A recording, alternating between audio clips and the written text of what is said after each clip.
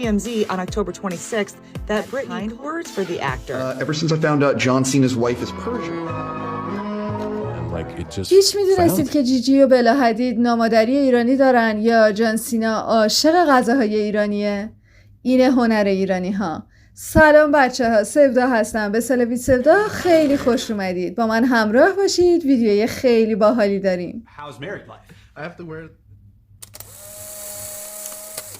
بله بچه ها، ما ایرانی ها صرفاً دکتر و مهندس و دانشمند و پروفسور صادر نمی کنیم به خارج از کشور، بلکه خانم ها آقایون ایرانی به عنوان همسر هم خیلی متوجه خارجی ها هستن. چند مورد از سلبریتی ها و چهره‌های معروف مردمی خارجی همسرانشون ایرانی هستن یا ایرانی بودن.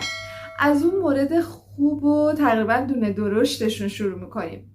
اونایی که اهل ورزش هستن به خاطر کشتی کجش و اونایی که اهل سینما تلویزیون هستن به خاطر فیلماش دوستش دارن. اگه گفتین بله، جناب آقای جان سینا. جان سینا قهرمان معروف و با موازات اون که کار فیلم و سریال هم انجام میده، همسرشون ایرانی هست. البته ایرانی الاصل هستن ولی بزرگ شده یا متولد کانادان. سرکار خانم شهرزاد شریعت زاده تو سال 2019 با جان سینا آشنا میشن و تو سال 2021 هم به صورت رسمی با همدیگه ازدواج میکنن. ولی یه چیز خیلی کیوت و خوبی که در ارتباط اینها وجود داره، اون مدلی هست که جان سینا از همسرش تعریف میکنه و خصوصا از دستپختش. بکنم مثلا جان سینایی که وقتی میره توی رینگ و حریف میبینتش و چه بدونم خیلی مو به تن حریف سیخ میکنه، اون مدلی که با لطافت در مورد همسرش صحبت میکنه خیلی خیلی جالبه، خیلی دوست داشتنیه. و تو صحبتش حالا براتون فیلمش هم میذارم، میگه که عاشق غذاهای ایرانی اصلا دونه به دونه با یه لهجه خیلی خوب فارسی هم اونا رو ادا میکنه.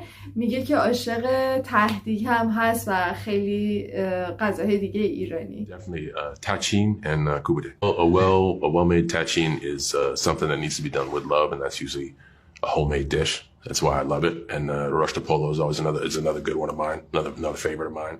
زوج بعدی رو مطمئنم که همتون خبرشون رو یه مدت خیلی پیگیرانه دنبال می‌کردیم. سام اصغری و بریتنی اسپیرز یا بریتنی اصغری سابق.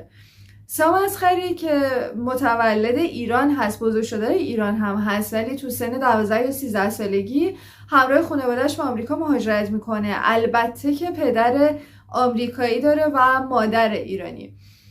اونجا مدل و بازیگر میشه، اول وارد تئاتر میشه و بعدش از اونجا پیشرفت میکنه و وارد دنیای مدلینگ میشه و با بریتنی اسپیرز تو پشت صحنه یکی از، اگر اشتباه نکنم، کلیپ ویدیوهای بریتنی با همدیگه آشنا میشن و خیلی لاو میترکونن، خیلی اصلا گرد و خاک میکنن رابطه اینها و نهایتا به ازدواج ختم میشه.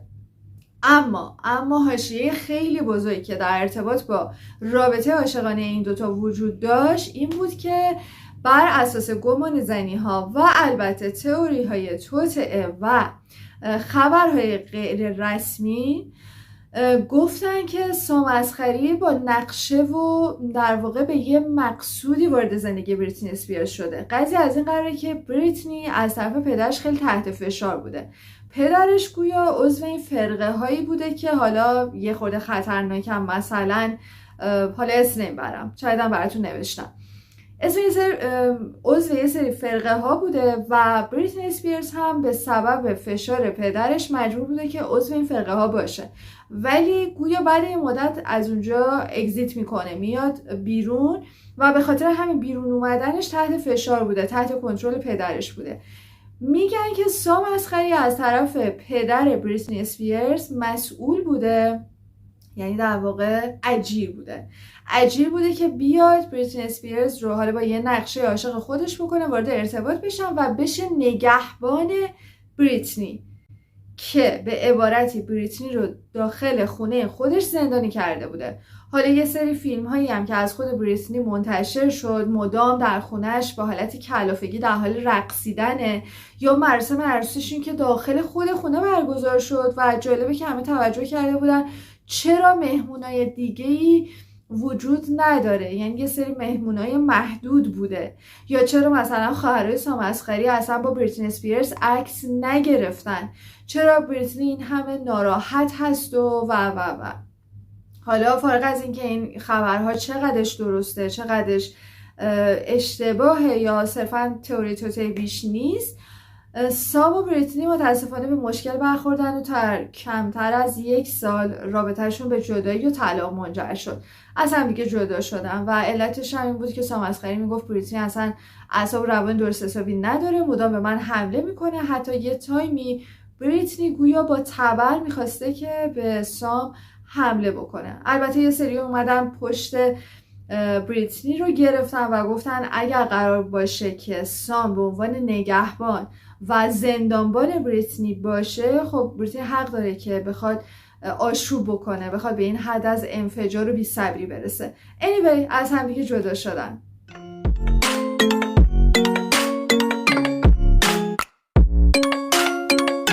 حتما که نامزد سابق کریستیانو رونالدو ایرینا شایک رو خاطرتون هست. ایرینا شایک روسی یکی از زیباترین و حرفه‌ای‌ترین مدل‌ها به مدت خیلی طولانی نامزد کریستیانو رونالدو بودن، ولی خب بعدها خبرش در اومد که به علت اینکه ایرینا شایک گفته بود من نمیتونم با مادرت زندگی بکنم یا اون احترامی که رونالدو از ایرینا انتظار داشت رو نسبت به مادرش انجام بده نمیتونست، ایرینا شایک خب عطای این رابطه رو به لقاش بخشید و از همدیگه جدا شدن.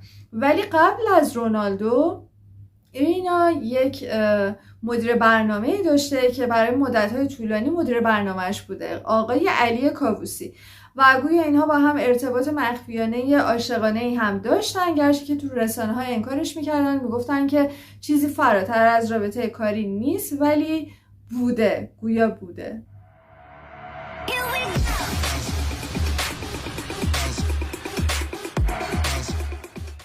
ماجرا اونجای جالب میشه که شما بدونید جیجی و بلا حدید هم نوادری ایرانی داشتن. بله، پدر جیجی و بلا آقای محمد حدید که اصالتا اردنی فلسطینی هستن و سالهاست ساکن کالیفرنیا آمریکا هستن و برجساز خیلی معروفی هم هستن، و البته که بیشتر شهرتشون به خاطر معروفیت 2 دخترش تو کار مدلینگ هست، یک خانم ایرانی اختیار کرده بودن. البته فکر کنم که تو سال 2019 از همدیگه جدا شدن.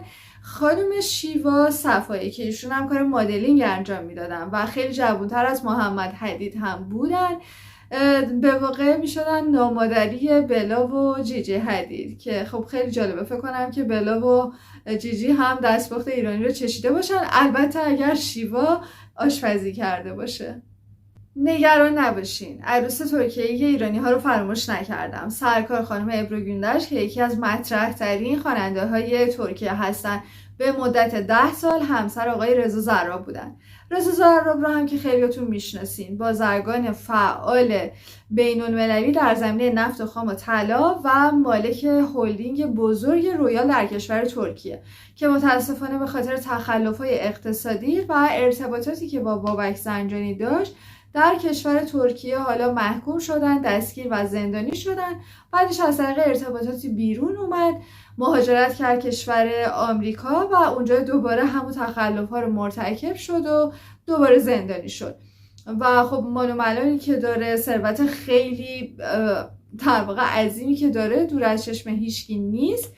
از سال 2010 تا سال 2020 با ابرو گوندش در واقع زندگی مشترک داشتن. حاصل این زندگیشون یک دختر هم هست. تو سال 2021 از همدیگه جدا شدن. ولی حالا خب اینم مطلع هستین که یه چند باری هم ابرو گوندش اومد ایران و رفتن کرج و خانواده یه رضا زراب رو ملاقات کردن. کلا عروس خیلی خوبی بود و رضا زراب رو هم گویا خیلی دوست داشت، اصلا همدیگه رو خیلی دوست داشتن.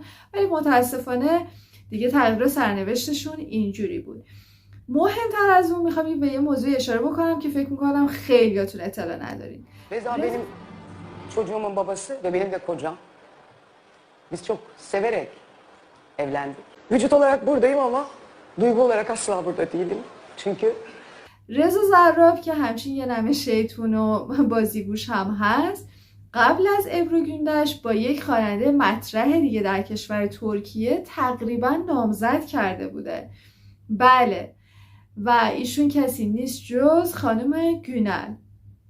تو سال 2002 از گونل حتی خواستگاری هم میکنه، یعنی رابطه اینها تقریبا نیمه رسمی بوده، با هم در ارتباط بودن تا اینکه تو سال 2008 در بین بهت و شوک همگان و رسانه‌های ترکیه رضا زهراب اومد اعلام کرد که دیگه با گونل ارتباطی نداره و اصلا نمیخواد باهاش باشه. تو سال 2009 اعلام کرد که با ابرو گوندش وارد رابطه شده. حالا که بحث کشور دوست و همسایه ترکیه بازه، خیلی از لطف نیست که به یه مورد دیگه از خواننده‌های مطرح ترکیه که همسر ایرانی دارن اشاره بکنیم. آقای özcan deniz. özcan deniz رو من خودم به شخص واقعا دوست دارم، هم صدا و خوانندگیشون رو و هم بازیگریشون رو. همسرشون خانم سمر دادگر هست که اختلاف سنی خیلی فاحشی هم با هم دیگه دارن. özcan deniz همسر سومش سمر دادگره، یعنی داره ازدواج سومش رو تجربه میکنه.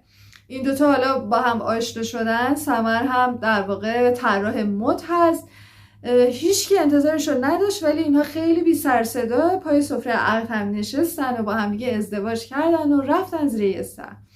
امیدوارم که حالشون در کنار همدیگه خوب بشه. ولی یه حاشیه خیلی جالب کمتر شنیده شده در ارتباط با اینها هم وجود داره، این که طبق خود رسانه‌هایی که یعنی خود رسانه‌های ترکیه که هر بار اعلام میکنن، özcan deniz خیلی آدم خسیسی هست گویا، یعنی اصلا دست و دلباز نیست، خیلی خوب خرج نمیکنه، خیلی خوب به خانومش نمیرسه. و این در مورد سمر دادگر هم صدق میکنه، یعنی ماجرا به همون صورت ادامه پیدا کرده. گویا در یکی از سفرهاشون özcan deniz برای خودش هواپیمای فرست کلاس رو رزرو میکنه، ولی برای سمر دادگر توی قسمت اقتصادی صندلی بوک کرده بوده و خب خود ترک‌ها از این قضیه خیلی آشفته و در واقع متعجب buden ki با تازه عروست واقعا داری چی کار میکنی. ولی خب دیگه خلقشه دیگه، تغییر. Geçtiğimiz hafta İranlı modacı Samar Dadgar'la evlenerek sürpriz yapmıştı. بچه به انتهای ویدیو رسیدیم. چطور بود ویدیو امروز؟ لطفا تو کامنت ها برام بنویسین. مرسی که تا انتها همراه من بودیم. مراقب خودتون باشین، مراقب خوبیاتون هم همینطور. خدافظ.